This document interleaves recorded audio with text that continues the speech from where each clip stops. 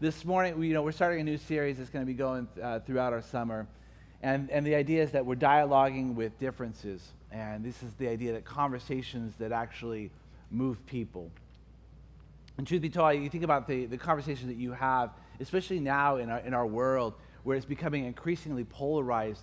How do we have these kind of conversations? It just seems that so often that the conversations are just, I want them to know how wrong they really are. Like, when will they realize how wrong they really are, and then how right that I am? And so then we don't even have conversations as much as we have either arguments, right, of like trying to defeat them and win, or we have monologues, right, where it's just the one voice talking, and you figure like, I'm just, sometimes you're talking to yourself. But the goal, what we want is we want to have this dialogue, and we're going to be looking at conversations mostly that Jesus has with other people. So at the risk of stating the obvious about dialoguing with differences, one of the differences with Jesus and everybody else is he's God, right? So there's a big difference in just identity, is that he's Lord. And so by definition, any conversation he would have with anybody would be a difference of opinion, different of thought. So not only is he God, big difference, that he's God and he's talking with people that aren't God. That's going to be a big difference. The other big difference is going to be that he's always right.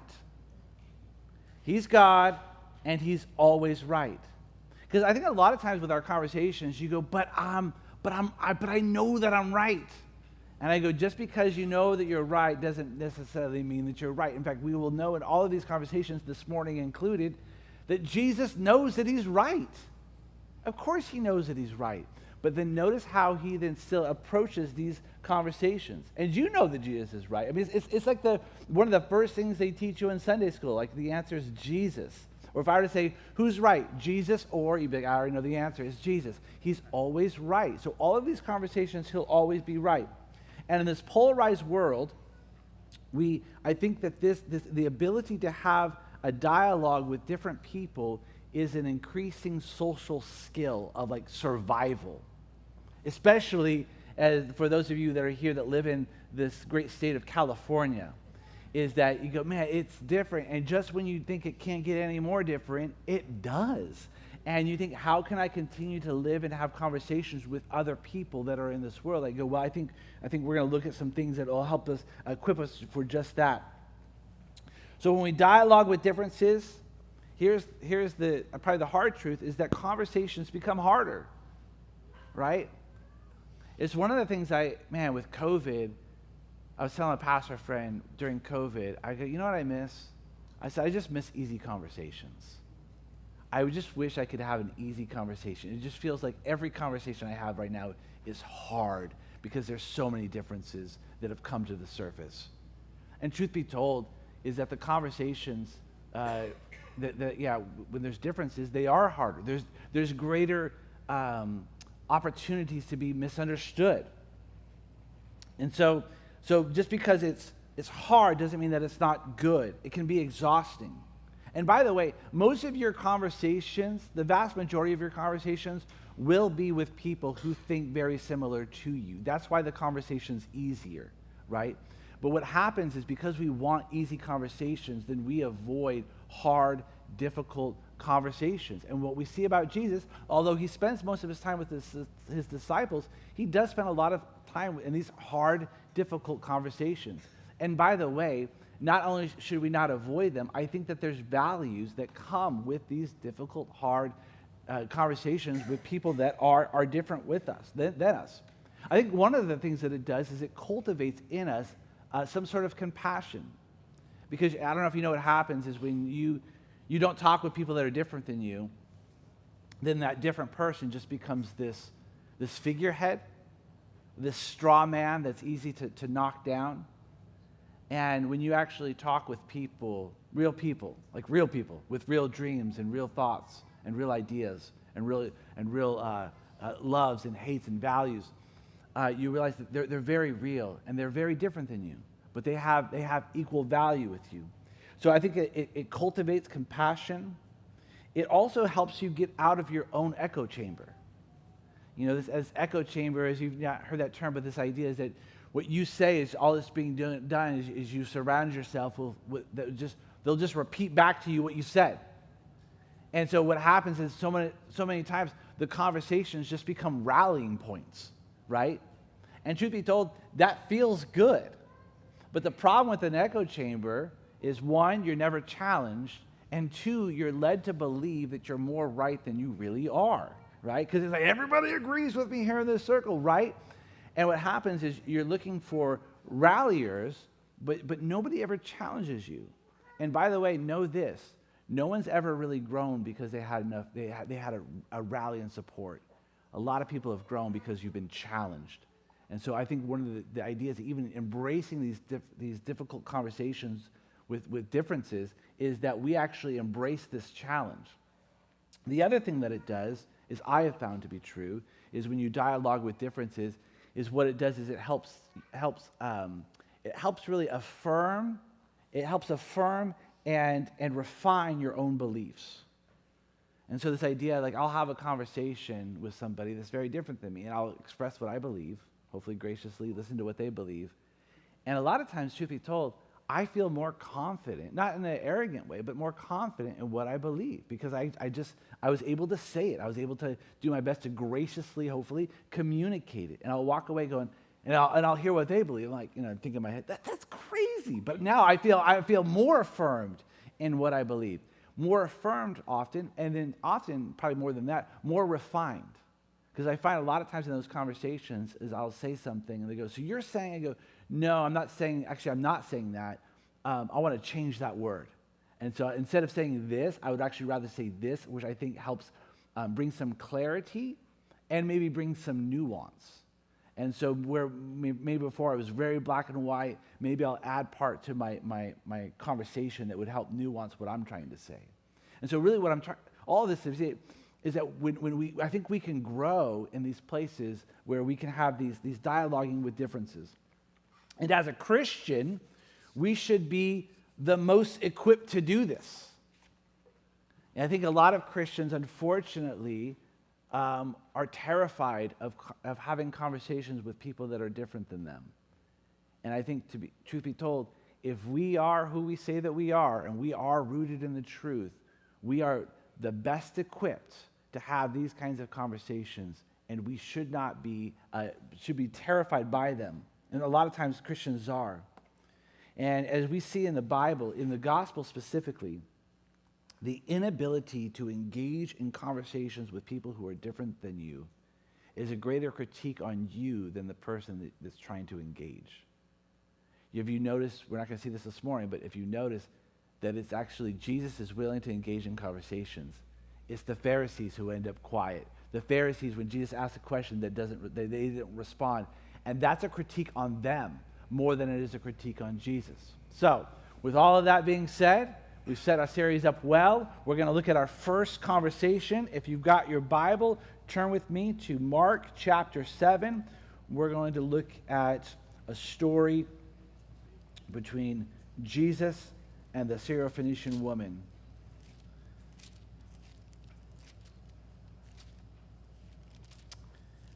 It says this. In verse 24 is where we're going to start. And from there, he arose and went away to the region of Tyre and Sidon. And he entered a house and did not want anyone to know yet he could not be hidden. But immediately a woman whose little daughter had unclean spirit heard of him and came and fell down at his feet. Let me read that again. And from there he arose, referring to Jesus, he arose and went away to the region of Tyre and Sidon, and he entered a house and did not want anyone to know, yet he could not be hidden. But immediately a woman whose little daughter had an unclean spirit heard of him and came and fell down at his feet. And so Tyre and Sidon, which you probably need to know most, this is north of Israel, it's in present-day Lebanon. What you need to know most, though, about this story is that it's not Israel. He's, a lot of Jesus' stories are going to take place in Jerusalem or Galilee. This is a unique story because it does not even take place within what we understand as Israel. This takes place north. So in other words, this is not Jewish territory.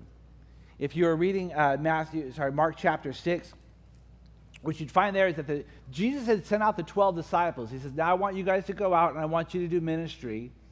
And when they go out and they do ministry, they come back, and after doing a lot of ministry, they are tired. And Jesus says it's good for us to go to a desolate place and rest. And so that was the goal, to go to a desolate place and rest. You can read about this in Mark chapter 6. Go to a desolate place and rest. So they go to this desolate place.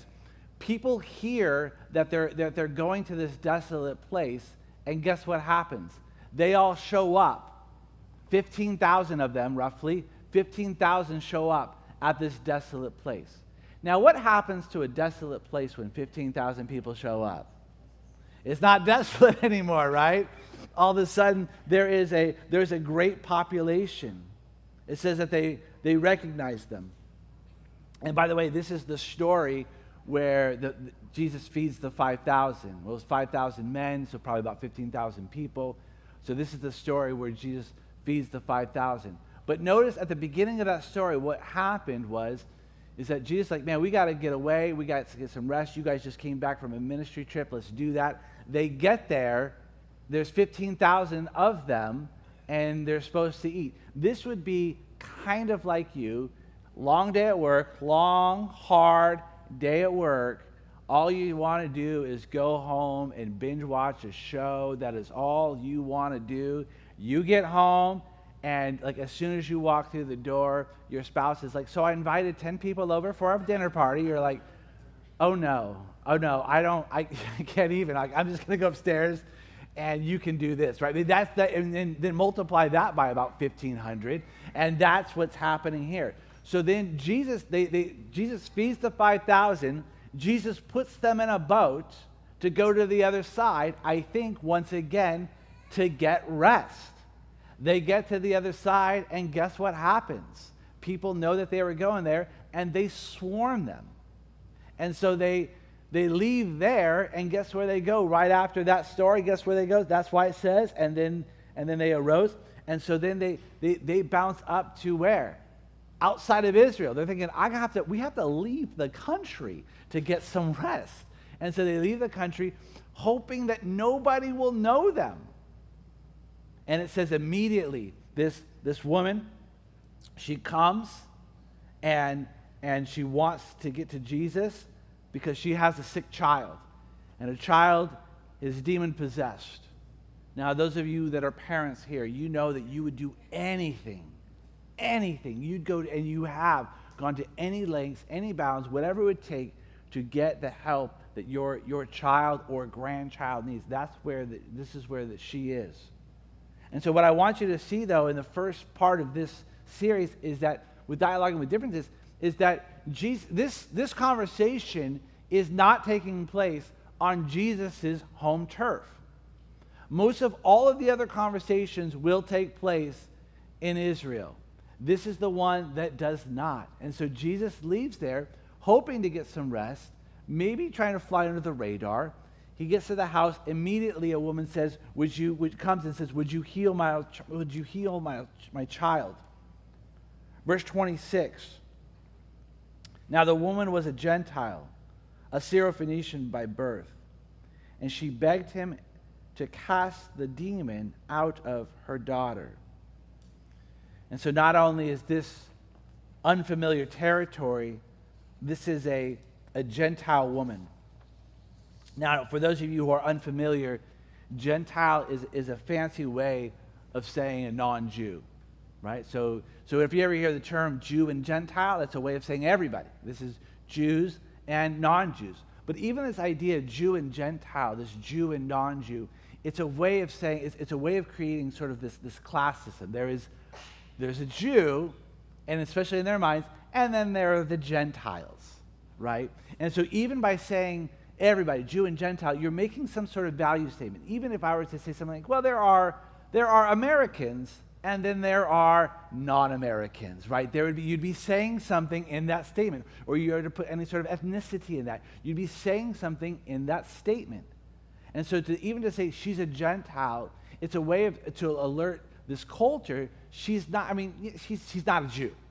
She's not a Jew. And now this Jewish woman, and especially in a culture where men and women don't really mix, this Gentile woman has come to talk to Jesus.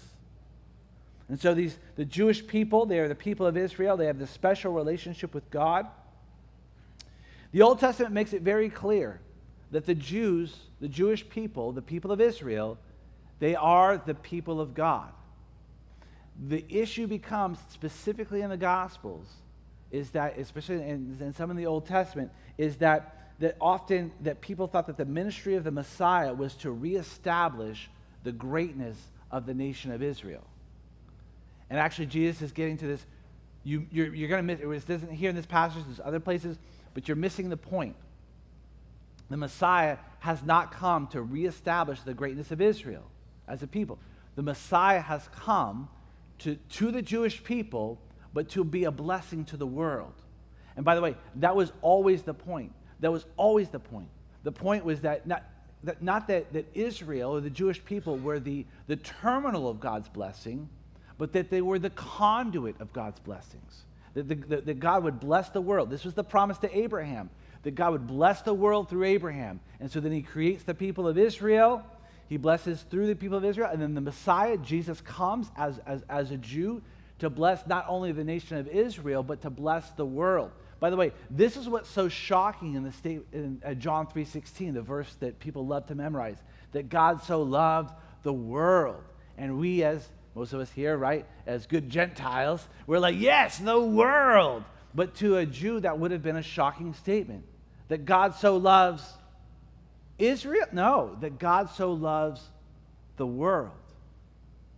The point of the Messiah's ministry, although it came to the Jews and would come through the Jews, was never to be a terminal with the reestablishment of the greatness of the Jewish people, but that it would be a blessing to the world.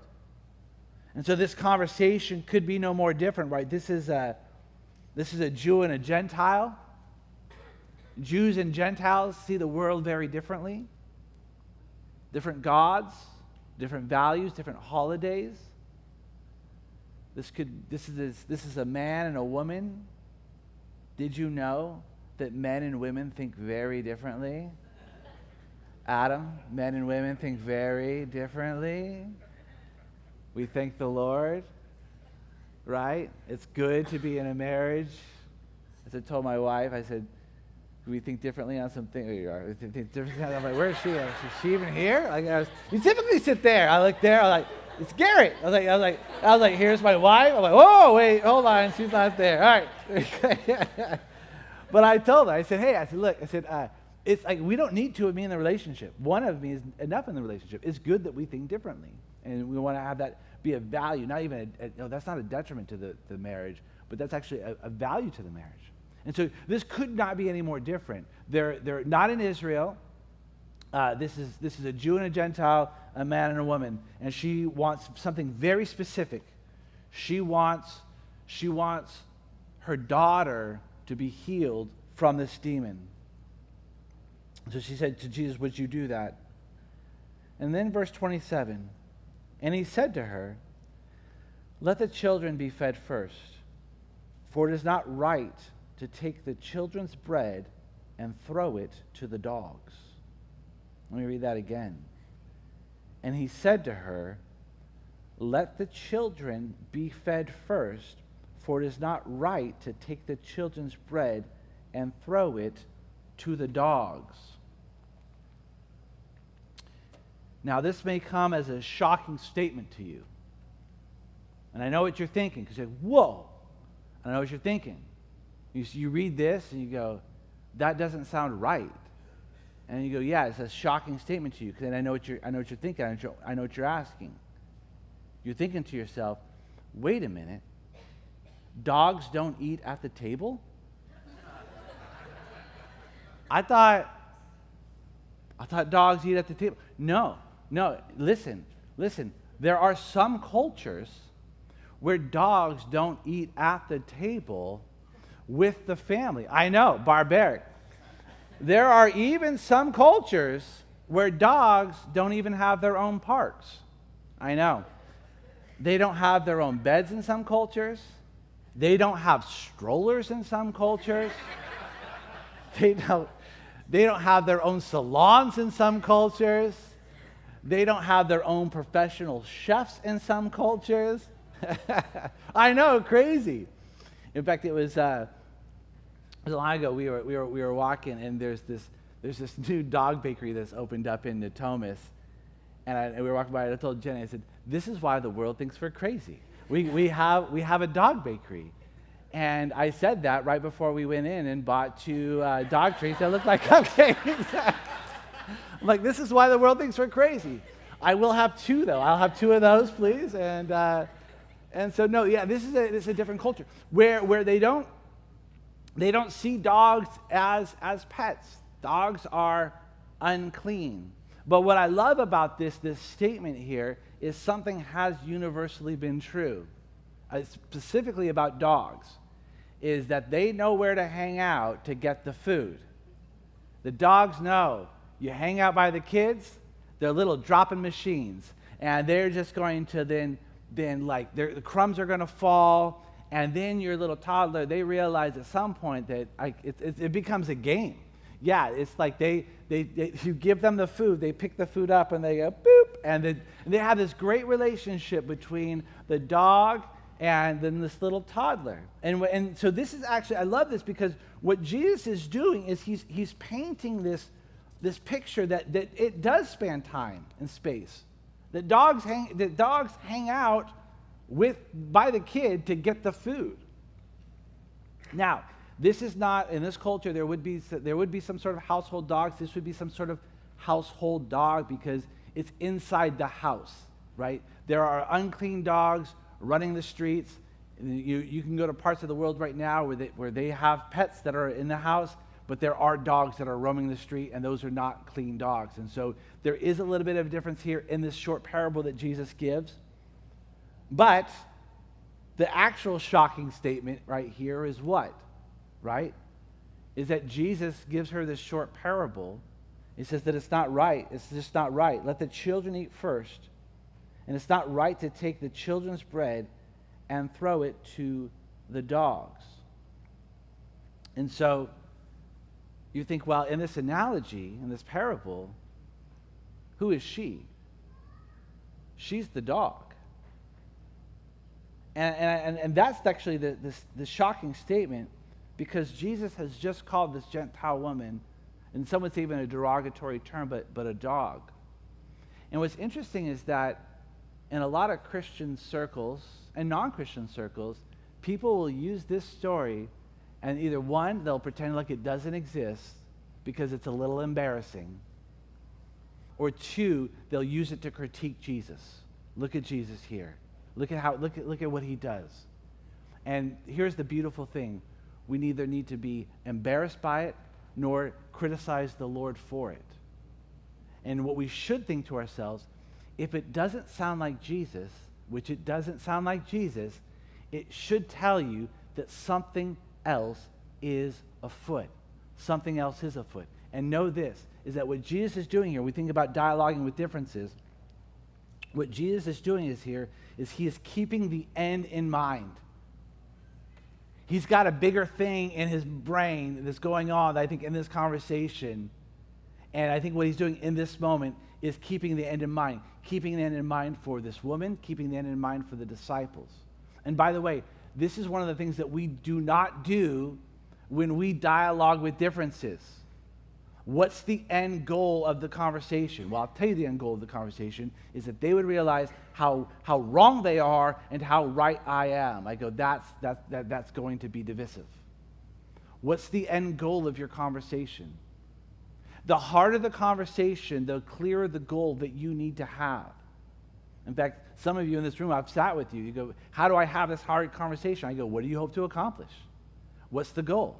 And sometimes I've even told some of you in this room, you need to write that goal down and have it in front of you so that when the conversation starts to do this, You can go, I have a goal, and we're going to stick to this goal. And so the fact that it may not sound like Jesus tells us that something else is afoot. And so the fact that Jesus would call the children, right, that he come first to the children, that should not surprise us. That's a statement that Jesus says other places, but that his ministry was to the Jewish people. And he was going to be rejected by them.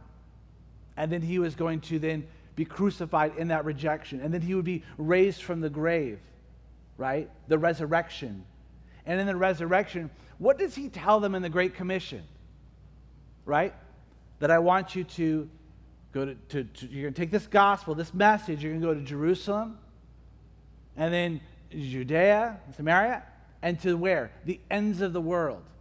He's telling these disciples that have really never left maybe 100 miles from where they were born. He's saying you're going to take this gospel message to where? To the world, because this message has always been for the world. But the message has first come to the Jews. And this is what he's saying here. Look, the message, I've come to bring this message to the Jews, going to get rejected. It's going to go to the world, but not before it goes to the Jews first. And the troubling part is that he calls her a dog. Now, one of the things I think he's doing here is I think he's stating to her a very common Jewish belief. In other words, Jesus is not the one who thinks this. I mean, they're certainly not the first to even say this. I think what he's doing is he's saying a very common Jewish belief. We are the children of the Lord, and clean, and you are unclean Gentiles. You are dogs. Look at verse 28. Then verse 28. But she answered him, yes, Lord, yet even the dogs under the table eat the children's crumbs. Oh. And she goes, yes, Lord, but even the dogs get the crumbs. In fact, some of you, that's why you got a dog, so you don't have to vacuum, right? It's like, you buy a dog, you don't have to vacuum, because they just... And so she says, yes, Lord, even the dogs get the crumbs. And I love this, because she actually doesn't push back on the term. Jesus just called her a dog. And her response is not, what did you call me? What did you say? Okay, say that again, right? Say that again and say it to my face.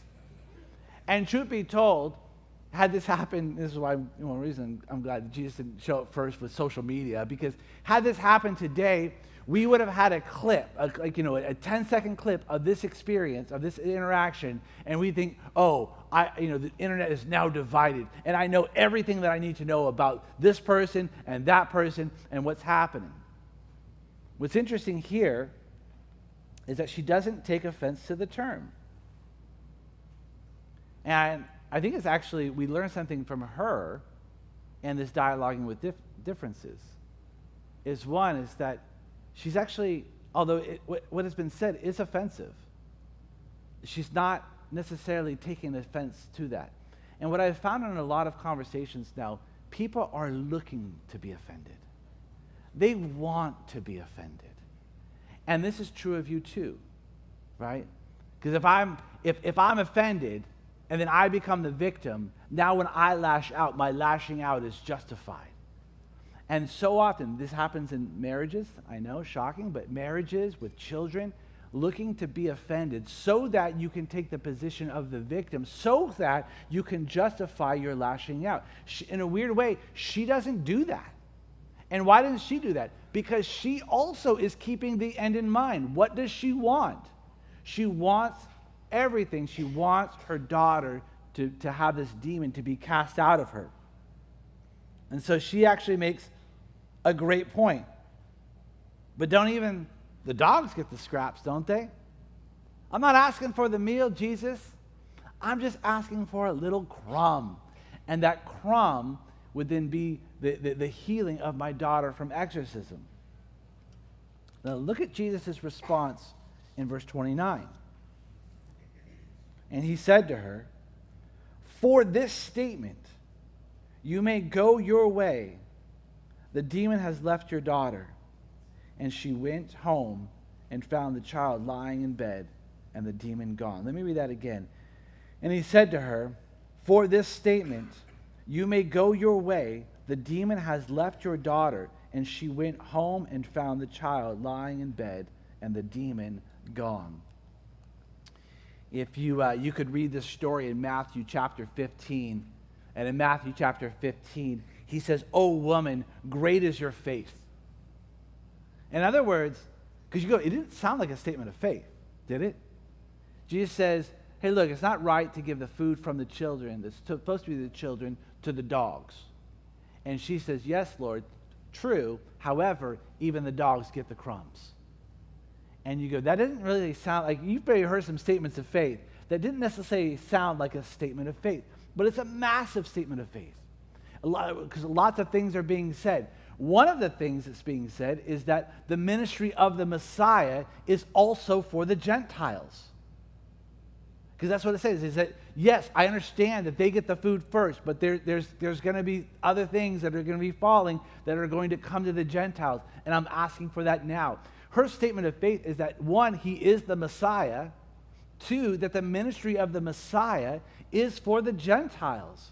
It's a massive statement of faith, and that he has, as the Messiah, not only is the ministry to the Gentiles, but that he has the power over demons. And Jesus says, woman, you have made a statement of faith, and for the statement of faith, your daughter's been healed. In fact, actually, they're already gone. And she goes home, and she finds that the demon has been cast out of her daughter. Now, the problem with this story, and I think sometimes why it's approached with either we just want to ignore it, or we want to or be embarrassed by it. Like, there is that one where Jesus calls that woman a dog. What do we do with that story? And should be called, because what happens is we take the story in isolation. Because the story in isolation, what it sounds like, right? Jesus is tired, the disciples are tired, they're trying to get a break. They can't find a break stateside, so they have to leave the country. They leave the country, this woman finds out, this Gentile woman finds out, and it's like, Jesus, heal my daughter, heal my daughter. He's like, oh my gosh, like, no, like, I'm on vacation, what are you doing? I don't want to heal your daughter. I don't want to heal your daughter, you dog. And she says, well, yeah, but even the dogs get crumbs. And Jesus is like, I don't want to heal your daughter, but well played. Well played. You got me. You got me on this one. This is what we do with this story. I didn't want to heal your daughter, but since you have talked me into it, I am now going to heal your daughter. And we talk about this story. He concedes her point, and then he heals her daughter. And we talk about this story as a way of that, someone got the best of Jesus in a conversation. Know this about Jesus. No one gets the best of Jesus in a conversation unless he intended that they do so. Out of her mouth comes a statement of faith. This unclean Gentile woman, out of her mouth comes a statement of faith. And with this statement of faith, he says, your daughter has been healed. If you look at this story, right, in context, do you know what happened in just Mark 7, the beginning of the chapter? By the way, this is also where you find the story in Matthew chapter 15. And in Mark chapter 7, so the beginning of this chapter, the religious leaders come to Jesus, and do you know what they say to him? They ask him a question. Why is it that your disciples eat with unclean hands? They don't wash their hands. They don't do the ceremonial cleaning. And by definition, even if they're eating clean foods, if their unclean hands touch the clean food, that food now has become unclean. Then now they eat the unclean food, and then that which was clean, the Jew, has now become defiled. And so why do your disciples eat with unclean hands? And Jesus goes on to teach them. He says, and I'm going to paraphrase some things here, but don't you understand that food's not what makes you unclean? Food doesn't affect the heart. What food does is food goes into the stomach, and is expelled out the other end. That is what Jesus says, by the way. He says, so food goes in and it just comes out the other end. That's what food does. But it doesn't, in that sense, affect the heart. So what goes into the mouth doesn't make you unclean. It's actually what comes out of the mouth is what makes you unclean. And actually the problem is that what comes out of the mouth is directly tied to the heart. In others, what you say communicates something true of your heart. So the disciples eating unclean food, that's not what makes somebody unclean. Not what goes into the body is what makes somebody unclean, but what comes out of the body that makes somebody unclean. Because the words are tied to the heart. Now, for some of you in this room, that's an inconvenient truth, that the words are connected to the heart. It's one of the things I think you can do as a couple. Ask your spouse, ask your children, like, what are my words? If you just judge on my words, what do my words say about the condition of my soul? Now, they could say kindness, forgiveness, faithfulness, gentleness. It could say you're irritable, you're impatient, you're rude. Because there's something, and I love what Jesus gets at, that from the heart come the words. So you see what he's doing? Mark's doing this, Matthew's doing this, I think Jesus is doing this, is that they tell a story of these religious leaders that think, oh, you're made unclean by what goes into your mouth. And then Jesus says, that's not what it is. It's what comes out that makes you unclean. And then he tells a story about an unclean, you can get no more unclean. It's a woman and a Gentile in a foreign land. And out of her mouth comes what? A statement of faith. And her daughter's made whole. And I love this because I think what's happening here in this passage is that Jesus is making this clear. I think Mark makes this clear. Matthew also makes this clear in the same way, is that the religious leaders have missed what's happening with the Messiah. And somehow this Gentile woman got it right. Jesus is not calling her a dog because that's what he thinks. He's restating the Jewish belief and then going on to show how she is justified and made faithful by what comes out of her mouth that is tied to her heart. Her heart believes that Jesus is the Messiah, that he's the one that has come for both the Jew and for the Gentile, that he is Lord. And so we think about this. We think about this discussions, these conversations, this dialogue with differences. And Jesus keeps the end in mind. And what does he want from her? He wants a statement of faith. He doesn't just want the daughter to be healed. I think at the very beginning he wants the daughter to be healed. He doesn't want the daughter to be healed. He wants his disciples, this woman, to see what faith actually looks and sounds like. And so he moves her to this place. You're a dog. Yeah, Jesus, that may be true. However, even dogs, takes his point and says, but even dogs get the crumbs. Yeah, they do. Yeah, they do. Statement of faith. And by the way, your daughter's healed. I think one of the things we talk about dialoguing with differences is moving people to statements of faith. I think so often, especially unfortunately within Christian circles, one of the things we're trying to do is we're trying to show people how they're wrong and how we're right. And what we're trying to get them to arrive at is their wrongness and our rightness. And in a conversation with somebody that's different than me, I'm trying not to, at least. I'm not trying to do that. I'm trying to get them to a statement of faith. Years ago, now somebody had asked me, we just had this conversation, they're not a Christian, but they're asking about some questions about sexual immorality. And I said, well, and I'm thinking, yeah, your view of sexual immorality is wrong, mine's right. Yeah, of course, yeah, we all know this. And truth be told, if I thought mine was wrong, I would change it. But I really do think it's right. But that's not what we talked about. I said, in your statement of sexual immorality, actually that statement implies that there is an immoral use of the act of sex. Now, I believe that is true. Do you believe that's true? Is there an improper use of the sex act? I said, yes. Oh, good. Yeah, all right, we're moving on the same page together. And so then we just started to talk about, so what does it mean? Like, what's the proper and improper?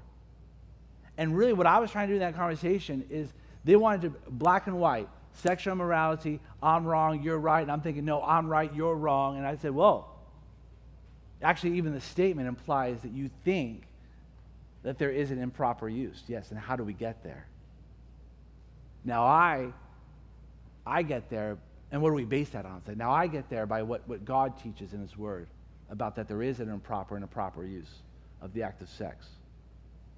And so what I'm trying to do in these conversations is get them to a place of faith. Get them to make some sort of statement that recognizes they're a God. If they're an atheist, maybe I'm just trying to get them to move to a place that there's something out there. And so I think we see Jesus do this. He gets this woman to make a statement of faith. That's the end that He has in mind. I thought, what would it look like if our conversations and all of our differences, one of our goals was just to move this person to make some sort of proclamation of faith that's greater than the proclamation that they're currently making.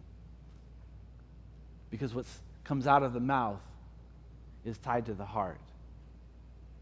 If you're not a Christian, and I love this, because the proclamation, what makes you clean, is not anything you would say or do on your own, but the proclamation that God has saved you, that Jesus is Lord. It tells us in Romans chapter 10, verse 9 and 10, it says, because if you confess with your mouth that Jesus is Lord and believe in your heart that God has raised Him from the dead, you will be saved. From with the heart one believes and is justified, and with the mouth one confesses and is saved. And so my prayer for you is ultimately that you would embrace Jesus as the Messiah, as the Lord, that you would confess Him as your Lord and Savior, the one who has come, who has died for you in your sins, and has been resurrected. If you are a Christian, know that we're in the faith. You came to the faith because somebody walks you into it. And I think one of our goals in these differences is that if you're having a conversation with a non-Christian, of course you're different. Of course you're different. But stop approaching the conversation as if you're right, therefore more valuable, and they're wrong, and therefore devalued. But really think about these conversations. How can I move this person in a way to any sort of proclamation that's greater than the faith they currently have? And in that, I think we would be able to bridge some gaps. Let us pray. God, we thank You for Your word. We thank You how Your word challenges us. Jesus, we thank You that You have come, that not only did you interact with everyone who was different than You, but that actually by Your Spirit made sure that these interactions were recorded so that thousands of years later we could read about them. We could understand them and see them and learn from them and apply them and be changed by them. And may we not read our time as more difficult and different than Your time when You were here, Jesus. May we not act as if somehow the differences that are in the world today are more magnified and greater than they ever have been, ever in history, and therefore we somehow face some unprecedented time in history. And reality is that we've seen this before. And may You equip and empower us as a people, individually and collectively, to step into these differences, to draw out of people, to encourage within them a faith that is greater than the one that they have. And Spirit, we know that we cannot do this unless You do it first.